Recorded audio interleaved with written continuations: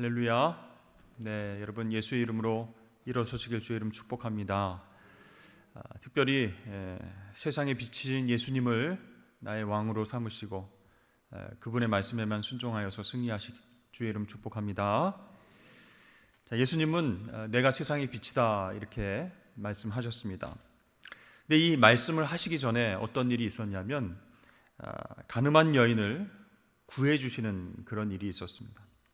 바리새인들이 간음 현장에서 붙잡힌 여인을 예수님 앞으로 끌고 왔습니다. 그래서 선생님은 이 여인을 어떻게 하시겠습니까? 이렇게 물어봤죠. 자, 모세의 율법에는 어떻게 되어 있습니까? 간음한 여인을 돌로 치라고 되어 있습니다. 그런데 예수님 당신은 어떻게 하시겠습니까? 이렇게 시험하는 그런 질문이었습니다.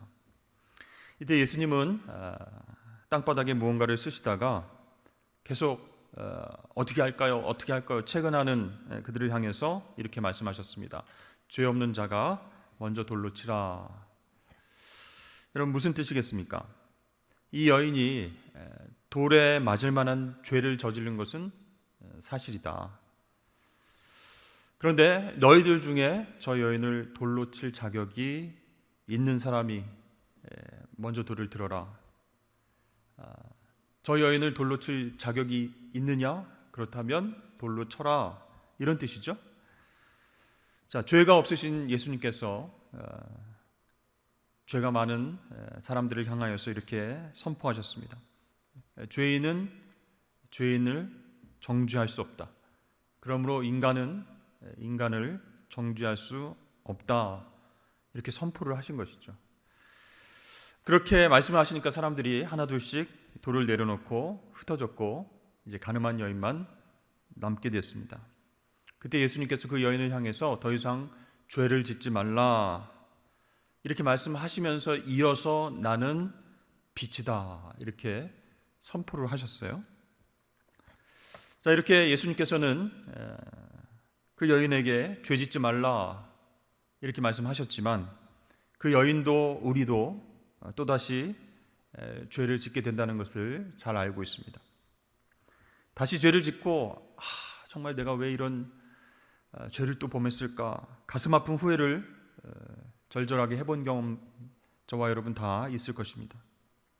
자, 그렇다면 예수님은 다시는 죄를 짓지 말아라 이 불가능한 일인데 그 여인에게 또 우리에게 무리한 명령을 내리신 건 아닐까 이런 생각을 하게 되죠. 여러분 어떻게 생각하십니까? 나는 세상의 빛이다. 그러면 나를 따라오너라. 다시는 죄를 짓지 말아라. 이렇게 말씀하셨는데 그것이 너무나 어렵다. 무리한 명령 아닌가 그런 생각은 안 드십니까? 그게 아니라는 거예요. 자, 예수님께서는 어떻게 해야 우리가 다시 죄를 짓지 않을 수 있는지 어떻게 해야 우리가 죄에서 벗어날 수 있는지 거기에 대해서 알려주신 것입니다. 여러분 그 말씀은 무슨 뜻일까요? 간음한 여인에게 더 이상 죄를 짓지 말라. 나는 세상의 빛이다 이렇게 말씀하신 이유는 빛인 나를 따라서 살면 더 이상 죄를 짓지 않을 수 있다 그런 메시지예요. 여러분 신앙의 길은요 어둠을 따르지 않고 빛을 따르는 길입니다. 세상의 본질은 어둠이에요. 따라서 빛을 따르지 않으면 주님을 따르지 않으면 어둠 가운데 있는 것이에요. 어둠 가운데 있다 무슨 뜻입니까? 흑암과 또 혼돈과 공허함 속에서 사는 것이다 그런 것이에요. 빛이신 예수님과 상관이 없는 삶을 살면 아무리 성공한다고 해도 아무리 잘 나간다 해도 혼돈과 흑암과 공허함 그 어둠 속에서 사는 것밖에 되지 않는다 그런 것이에요. 자, 그때 우리가 그런 무질서와 혼돈과 어둠 속에 살고 있을 때 하나님께서 천지를 창조하실 때 빛이 있으라 명령하시면서 빛이 생긴 것처럼 예수 그리스도의 말씀이 그분의 온전한 말씀이 나를 이끄실 때 우리 마음 가운데 있는 공허함과 흑암과 혼돈이 다 물러가게 될 줄로 믿습니다. 그러니까 빛이 임하기 전까지는 우리는 어둠의 자식이에요. 어둠 속에서 살 수밖에 없는 존재다라는 것이에요. 그래서 빛이 임하지 않으면요, 빛이신 예수님과 동행하지 않으면요, 모두 다 어둠의 자식이다, 아닌 척해도 소용이 없다라는 것이에요. 그래서 빛이 우리 가운데 오지 아니하면 그 누구도 소망이 없고 미래가 없습니다. 캄캄한 동굴에 살면서 계속 빛도 없이 소망도 없이 살아가는 인생이 되는 것이죠. 그러나 여러분, 그 동굴 속에 작은 빛이 하나 새어 들어온다면 어떨까요? 소망이 싹트게 되는 것입니다. 미래가 생기게 된다는 것이죠. 우리 주변에 보면 낮보다 밤을 더 사랑하는 사람들이 있습니다. 낮에는 이렇게 기운이 없고 흐물흐물한데 밤만 되면 막 이렇게 눈이 반짝반짝거리면서 기운이 나고 힘이 나고, 그래서 밤 문화를 즐기는 사람들이 많이 있어요. 이 어둠이 환한 빛보다 편한 사람들이다, 그런 생각이 가끔 들 때가 있어요.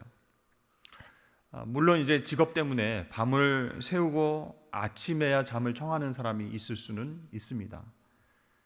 그런데요, 그런 분들도 직업상 그렇게 일을 해야 되는 분들도요, 그런 생활을 오래 하면 병이 들게 돼 있어요. 생각이 병들고 몸이 병들고 인생이 병듭니다. 그러니까 하나님께서 우리를 창조하신 그 질서대로 우리의 몸이 그렇게 살아가야 되는 거예요. 낮에는 일하고 밤에 자는 것이 우리 몸의 가장 이상적인 그런 부분이다라는 것이죠. 그러니까 밝을 때는 활동하고 막 다니고 어두울 때는 집에 머무는 것, 쉬는 것, 자는 것, 그것이 이제 정상이라는 거예요. 하나님 우리를 창조하실 때의 질서적인 부분이에요. 그래서 이 빛은요, 모든 혼돈과 어둠 속에서 질서를 만드는 원천이다, 그렇게 말할 수 있습니다. 그렇습니다. 여러분, 하나님의 속성은 바로 빛이다라고 할 수 있어요. 근데 이 하나님의 속성인 빛은 태양에서 오는 빛하고는 다른 거예요. 이 전구에서 발광하는 빛과는 다르다라는 것이죠. 선지자 스가랴가 일찍이 예언한 그 빛, 어떤 빛일까요? 스가랴 14장 7절 말씀에 여호와께서 아시는 한날이 있으리니 낮도 아니요 밤도 아니라 어두워 갈 때에 빛이 있으리로다. 아멘.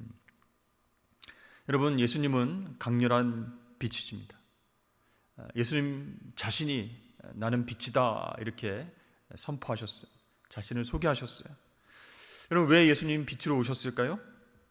사람들이요, 하나님의 기적을 수없이 많이 보았고요, 은혜를 헤아릴 수 없이 많이 경험했습니다. 그렇지만 도로 어두움 속으로 들어갔기 때문에, 빛이신 하나님을 바라보지 못하고 말씀에, 법도에, 계명에 순종하지 않고 살았기 때문에 예수님이 아주 강렬한 빛으로 오셔야만 했다라는 것이죠.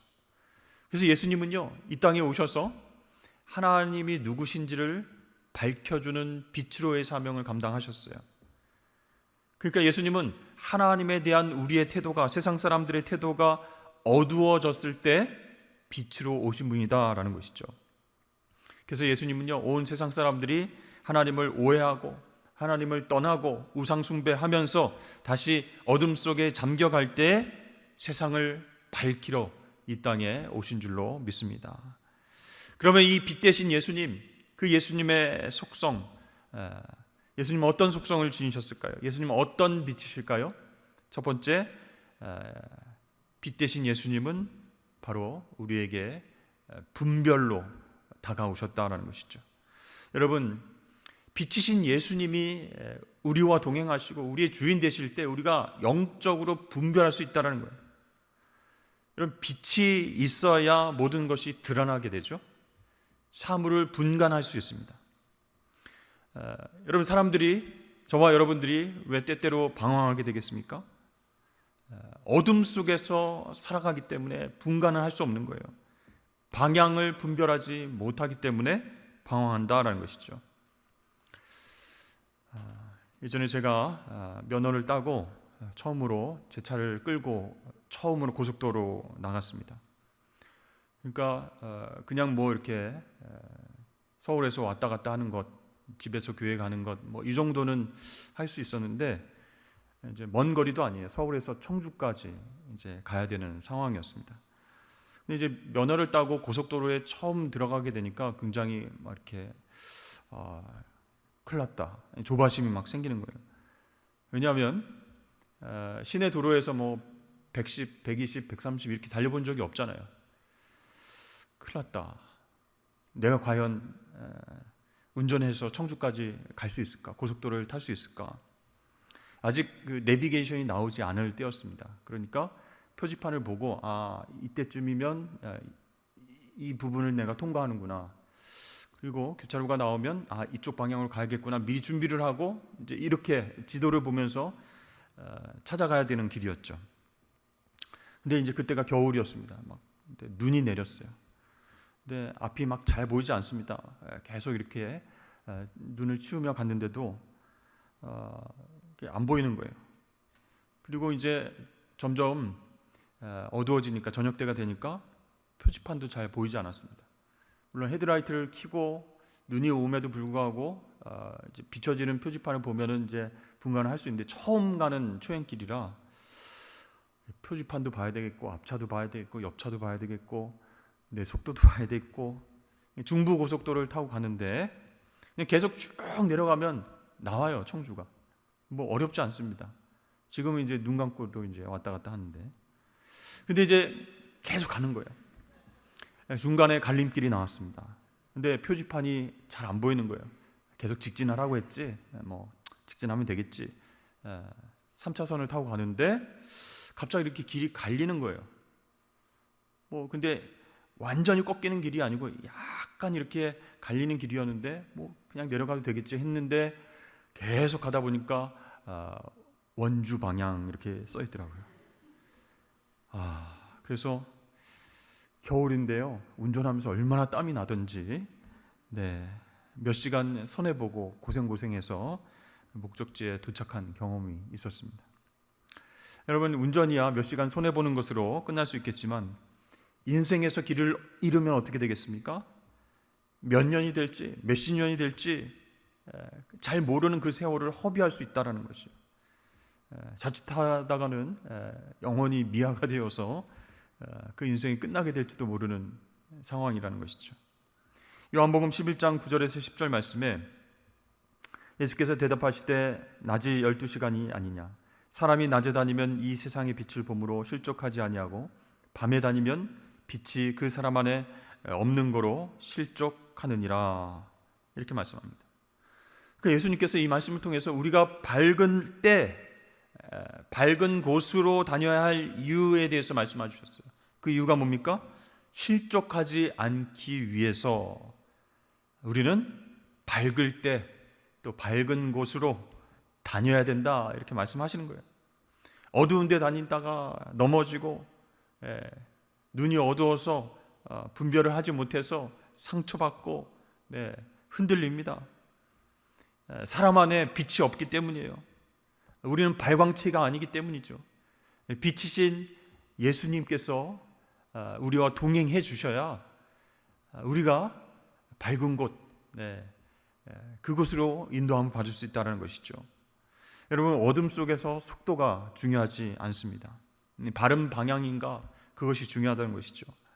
근데 우리는 세상의 본질이 어둠이라고 했는데, 이 세상 속에서 빨리빨리 뭔가를 하고 싶어 하는 거예요.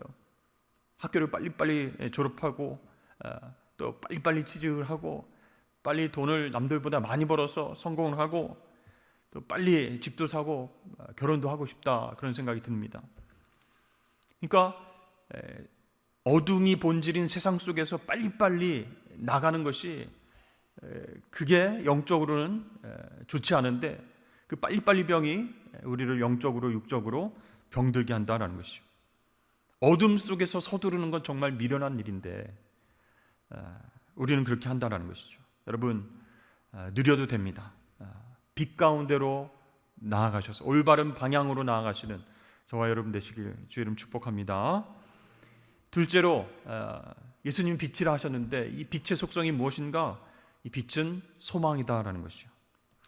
우리가 빛 가운데 살아야 바르게 분별할 수 있고, 그래야 바른 소망을 가질 수 있다라는 것이죠. 근데 여러분, 어둠 속에서 꿈틀거리는 것이 무엇일까요? 사람들이 잘 못 보는 곳, 잘 바라보지 않는 곳에서 꿈틀거리면서 움직이는 것이 무엇일까요? 그것이 바로 탐욕과 야망입니다. 그러니까 어둠 속에서 방황하는 세상 사람들을 보십시오. 그 사람들이 계속 추구하는 게 무엇이겠습니까? 탐욕을 쫓아서 인생을 낭비하는 것이에요. 욕심 부리다가 흔들려서 상처받고 쓰러지는 것입니다. 저는 이제 가끔 집에서 이제 새벽 기도에 오면 이렇게 유턴할 때가 있어요. 교회 쪽으로 유턴하는 곳에서 신호를 받아서 유턴을 하게 되는데, 그러니까 5시 30분에 이제 시작을 하니까 5시 한 20분쯤에 거기서 신호를 대기하면서 이렇게 교회로 오려고 하는데, 그 대연역 쪽에서 이렇게 그 시간에 새벽 5시 20분쯤에 비틀비틀거리면서 걸어오는 청년들이 있어요. 간혹 봅니다. 가만히 보면 밤새도록 술 마셨는 것 같아요. 왜 제가 그런 걸 아냐면, 그 몸을 이끌고 바로 해장국집으로 들어가는 게 이제 보이기 때문에 밤새 술을 먹었구나. 여러분, 왜 청년들이 밤새 어둠 속에서 막 놀고 술을 그렇게 마시겠습니까? 그 안에 참 소망이 없기 때문이에요. 내 인생을 다 바쳐서 노력을 해도 기쁨과 소망이 없기 때문에 밤새도록 그렇게 놀고 그렇게 한탄하고 절망하고 낙심하고 술을 마시고 새벽까지 술을 마시고, 아이고 속쓰리다, 속 풀러 가자, 이렇게 되는 것이죠. 여러분, 그런 사람 가운데 소망이 없는 이유는 무엇이겠습니까? 그 안에 빛이 없기 때문이에요. 그 사람 안에 예수님이 안 계시기 때문이다라는 것이에요. 그래서 우리에게는 빛이신 예수님이 필요합니다. 우리에게 참 소망을 주시는 예수님이 우리 가운데 계셔야 된다는 것이죠. 세 번째, 빛의 속성은 무엇인가? 빛은 생명이다라는 것이죠. 예수님은 내가 생명의 떡이다 이렇게 말씀하신 뒤에 곧바로 나는 세상의 빛이다 이렇게 말씀을 하셨어요.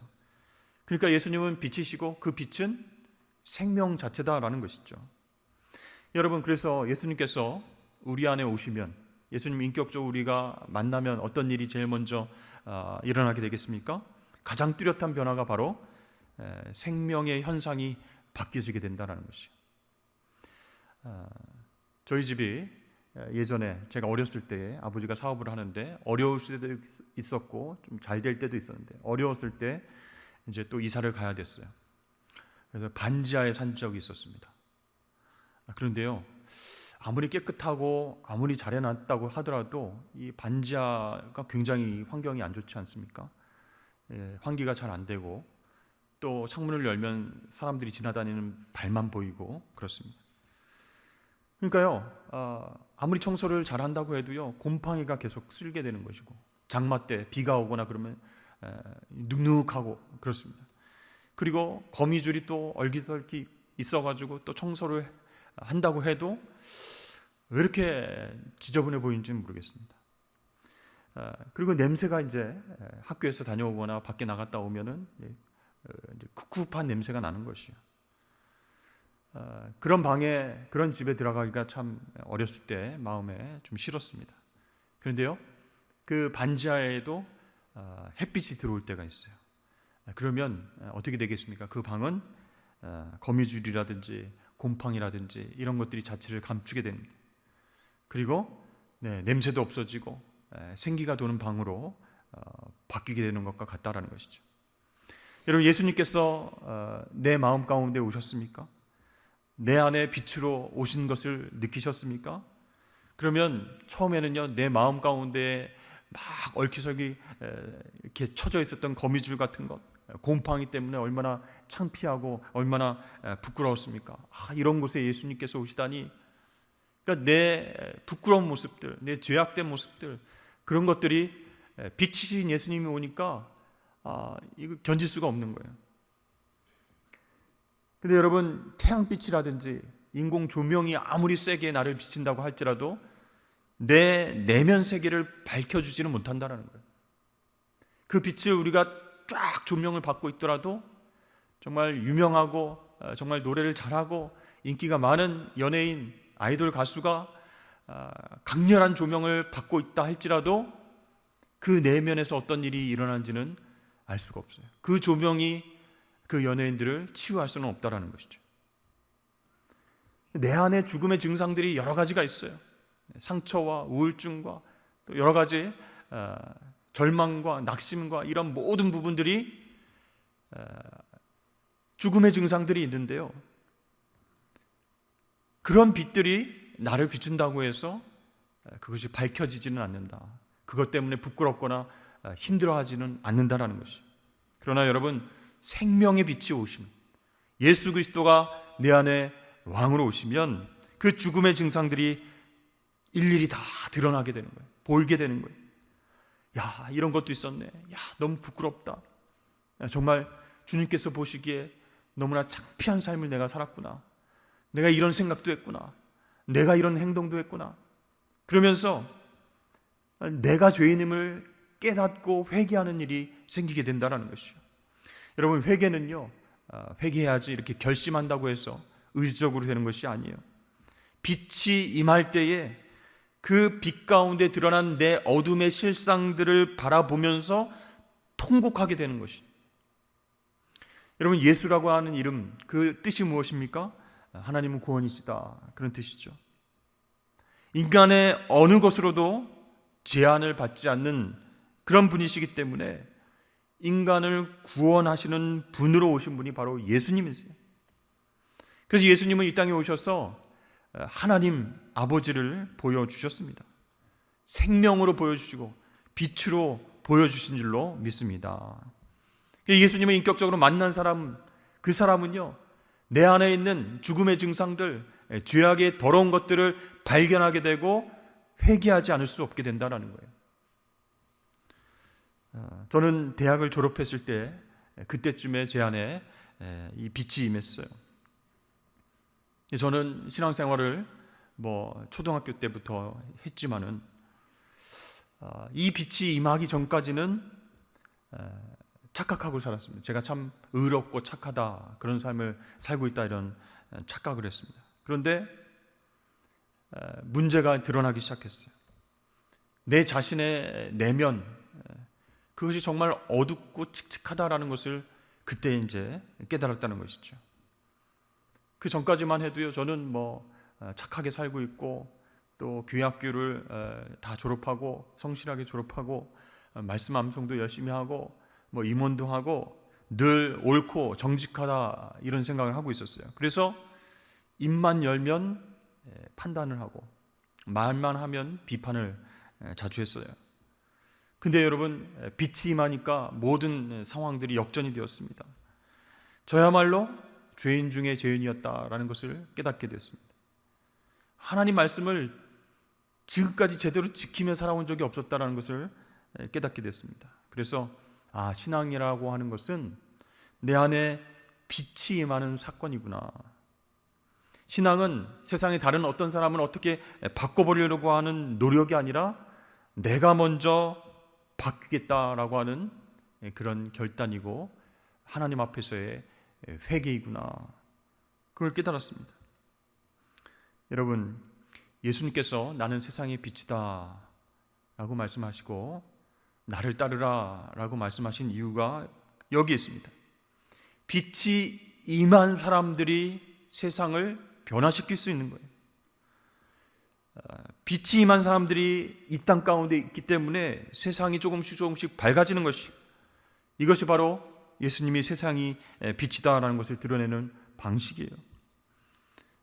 젊었을 때, 여러분 대학교 다닐 때 그렇죠? 한참 세상을 바꿀 수 있어.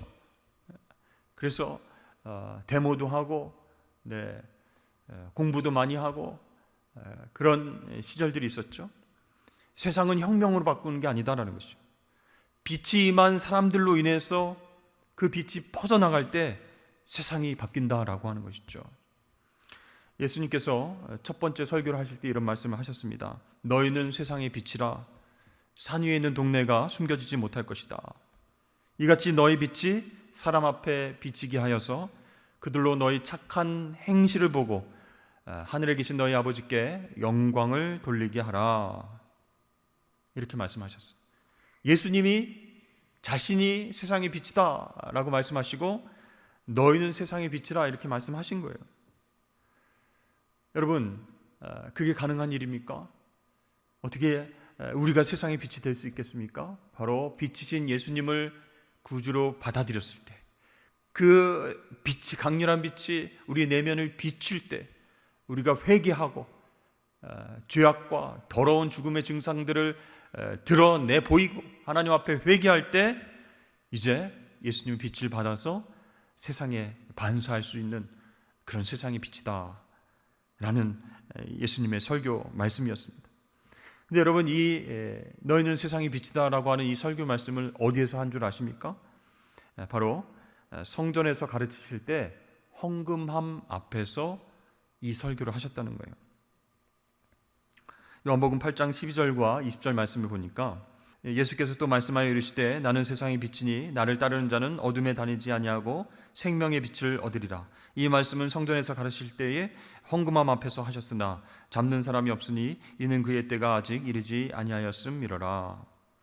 예수님께서 왜 하필 헌금함 앞에서 이 말씀을 하셨을까요? 예수님께서 택하신 시간과 장소에는 특별한 의도와 목적이 담겨 있습니다. 당시 바리새인과 서기관들이 하나님과 사람들 앞에서 가장 드러내고 싶어 했던 것이 바로 헌금이었습니다. 그 사람들은요, 제사 드릴 때마다 제물을 하나님 앞에 드렸죠. 심지어는 반찬값, 조미료값까지 따져서 11조를 돈으로 환산해서 헌금함에 넣었습니다. 동전 소리가 크게 땡그랑 하고 울려서 다른 사람들이 다 듣게 하는 것, 그것이 자신의 믿음을 드러내는 것이다 라고 믿고 있었어요. 그래서 그 사람들에게 있어서 헌금이란 무엇이었습니까? 자기의 의로움이었고 자기 자랑이었고 자기 신앙이었어요. 헌금이 그들 신앙의 빛이었다라는 것이에요. 그래서 예수님께서 이 헌금함 앞에서 설교를 하신 거예요. 자신의 헌금이 마치 밝은 빛처럼 자기의 신앙과 자기의 인품과 모든 것을 드러낸다라고 믿고 있는 바리새인과 서기관과 제사장들, 그들 앞에서 이 말씀을 하시는 거예요. 너희들은 하나님 아버지가 누군지도 모르고 내가 누군지도 모르면서 헌금통에 헌금 넣는 것이 신앙의 전부고 그것이 너의 신앙을 비춰주는 빛이라고 생각하느냐? 이렇게 메시지를 주신 거예요. 여러분, 빛은요 돈이 아니죠. 물질이 아닙니다. 예수님은 돈으로 환산할 수 있는 그런 분이 아니에요. 예수님 돈에 묶이시는 분이 아니에요. 돈으로 사람을 움직이시는 분도 아니고 돈에 따라서 마음을 움직이시는 분도 아닙니다. 만물의 주인 되시는 분이신데 그분이 물질 때문에 움직이시겠습니까? 세상의 빛이다라고 자기 자신을 선포하시는 분이 돈에 따라서 그 빛이 밝아졌다, 어두워졌다 그렇게 하겠습니까? 여러분, 오늘날 저와 여러분이 또 오늘날 한국교회가 제사장과 바리새인들이 그랬던 것처럼 물질의 영광을 드러내지 않게 되기를 바랍니다. 특별히 그리스도 예수의 영광, 참된 빛 앞에서 돈으로부터 자유하실 수 있기를 주의 이름 축복합니다. 왜 예수님께서 나는 세상의 빛이다, 너희도 세상의 빛이다 라고 하는 그 설교 말씀을 헌금함 앞에서 하셨을까? 우리가 빛 가운데로 걸어가는 것, 세상에 비치신 예수님과 동행하며 살아가는 그 첫걸음은 세상의 어둠의 힘을 자랑하는 그 물질로부터 자유로워지는 것, 그것이 첫걸음이기 때문에 이 메시지를 주신 거예요. 여러분, 예수님께서 오늘 말씀하신 거 기억하시길 바랍니다. 나는 세상의 빛이다 예수님 말씀하셨고 너희는 세상의 빛이다 말씀하셨어요. 그러니까 우리 안에 예수님이 계시면요, 우리는 빛의 자녀로 살 수 있어요. 어둠의 부분들, 죽음의 증상들을 밝혀내고 드러내고 회개함으로 그렇게 빛된 자녀로 살 수 있음을 여러분 믿으실 수 있기를 바랍니다. 그래서 우리는 주님과 동행하면서 매번 내 내면이 어떤가, 내면의 어두움을 밝힐 수 있어야 돼요. 거기서 끝나는 것이 아니고 내 내면을 바뀌었다면 이제는 세상을 밝히는 빛으로, 빛의 자녀로 살아가야 된다라는 것이죠. 주님께서 그걸 우리에게 원하셔서 오늘도 내일도 계속 빛으로 다가오고 계십니다. 그 빛 대신 예수님을 받아들이고 빛된 자녀로 살아가시고 승리하시는 저와 여러분 되시길 주의 이름 축복합니다.